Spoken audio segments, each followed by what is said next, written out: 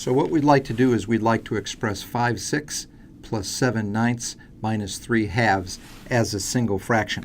Well, one problem that arises immediately is we have 6 as a denominator here, then 9, and then 2, and so the denominators are not the same, so we just can't add the numerators. So what we're looking for here is we are looking for a least common denominator.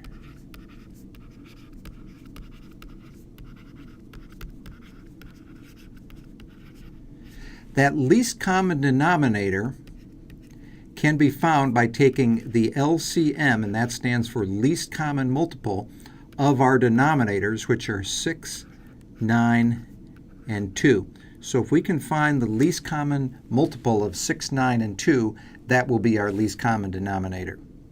So let's start out by writing multiples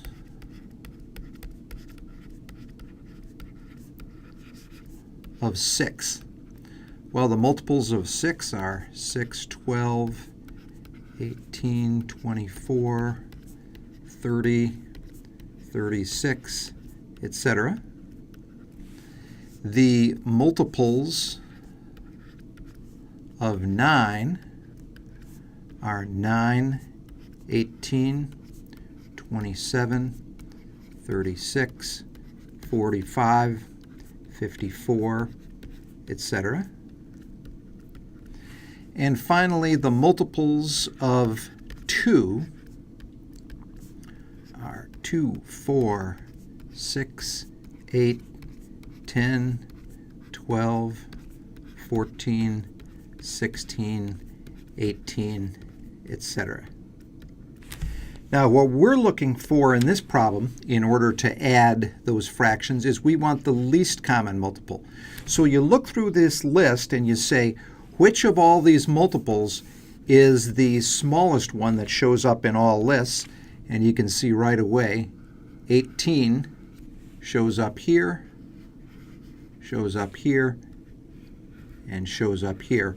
So we now know that the least common multiple of 6, 9, and 2 is 18.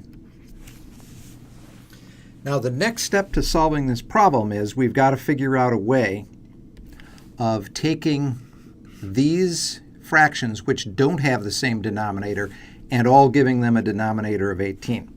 So let me write out the problem here. 5/6 plus 7/9 minus 3/2. Now, the first thing we want to do is we want to write 5/6, which is right here, as a certain numerator divided by 18. I'll do that down at the bottom here, kind of on the side.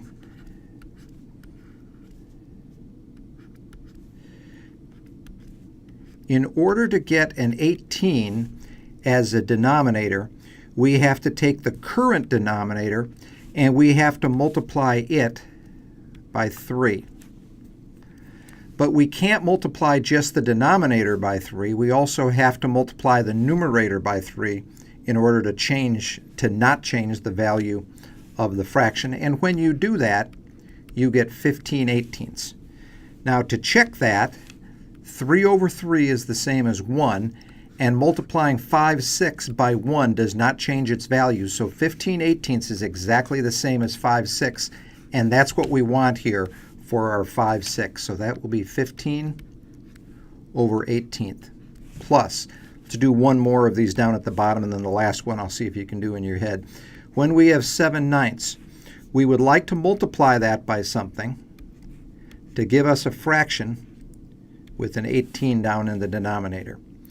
Well, in this case, what do you multiply 9 by to get 18? You multiply 9 by 2.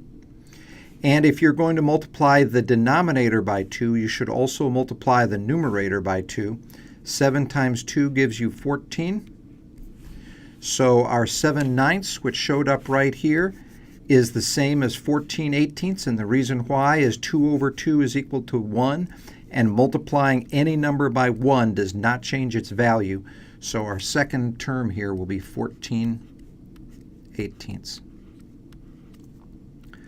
Finally, the last one is 3/2. This one we won't do down at the bottom. You'll get good at these as you do a lot of them. Do this one in our heads. We want to change this 2 into an 18. How do you change 2 into 18? You take that 2 and you multiply it by 9 to give you an 18.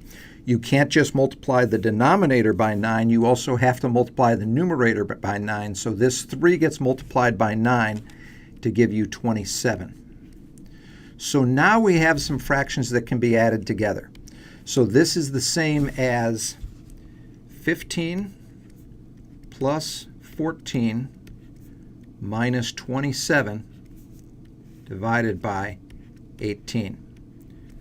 Well, 15 plus 14 is 29, and 29 minus 27 is 2 divided by 18.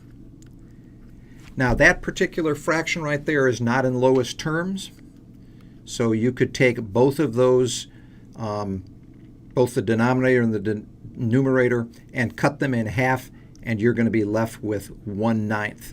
And 1/9 is the final answer to the problem, which is express this as a single fraction, and there it is, 1/9.